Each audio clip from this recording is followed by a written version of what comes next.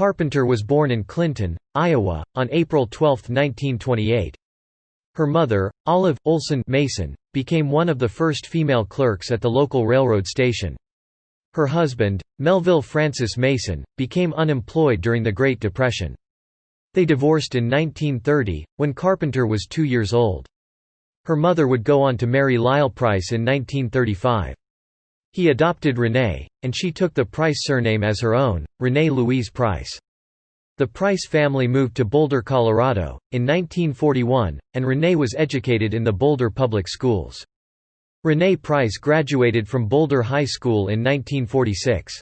She went on to study history at the University of Colorado, but dropped her studies when she married in the fall of 1948. In the late 1950s and through the 1960s, the astronauts and their wives became national celebrities, with exclusive Life magazine rights to their personal stories. The stresses of life in the public eye led the women of Mercury 7 to form an informal support group later called the Astronaut Wives Club. Carpenter was often singled out for her appearance. The Washington Post in 1961 described her as a striking platinum blonde. In 1962, Time called her, by anyone's standards, a dish. In 1975, People called her, the undisputed prom queen of the early space program. But she also had writing talent, and arranged to have Life publish her first-person feature story on her experience during the May 24, 1962, launch of Aurora 7. In 2015, she was portrayed by Yvonne Strahovski in the miniseries The Astronaut Wives Club, based on the 2013 book by the same title. Carpenter herself was critical of both the book and the show, telling The Washington Post, it was pure fiction. Rene Carpenter has been credited for volunteering her husband for spaceflight. But Scott Carpenter, then a lieutenant in the U.S. Navy, had already been identified as a candidate for Project Mercury at Phase 1, in late 1958, and had reported to the Pentagon in February 1959 for the Phase 2 briefings and interviews. It was at the Pentagon that Carpenter volunteered to proceed with the selection process. In late February 1959, with her husband aboard the USS Hornet on sea trials, Rene intercepted a letter from NASA inviting Scott to report to the Lovelace Clinic for the Phase 3 selection trials. The USN lieutenant commander had been asked to reply, by Monday. Rene opened the letter on a Tuesday morning, immediately calling the telephone number supplied, reaching NASA's manpower director Dr. Alan O. Gamble. "We volunteer," Rene exclaimed to a startled Dr. Gamble. Carpenter would report to Lovelace in March with his small group and was ultimately selected as a Project Mercury astronaut. She began writing her syndicated column, A Woman, Still, in 1965, ending the column in 1969.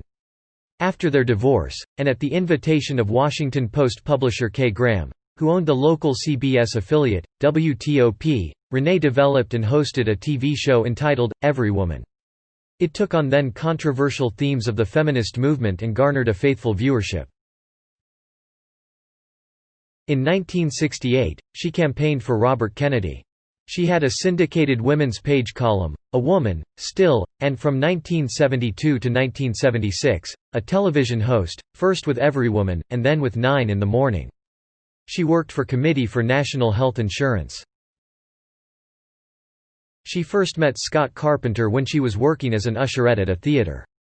They married in Boulder, Colorado, on September 9, 1948. In November 1949, their first child, Mark Scott, was born in Boulder. 13 months later, at Pensacola Naval Air Station, Florida, Rene and Scott welcomed a second son, Timothy. Timmy died at age 6 months, in San Diego, where her husband was preparing for his tour of duty in the Korean conflict 1951–1954.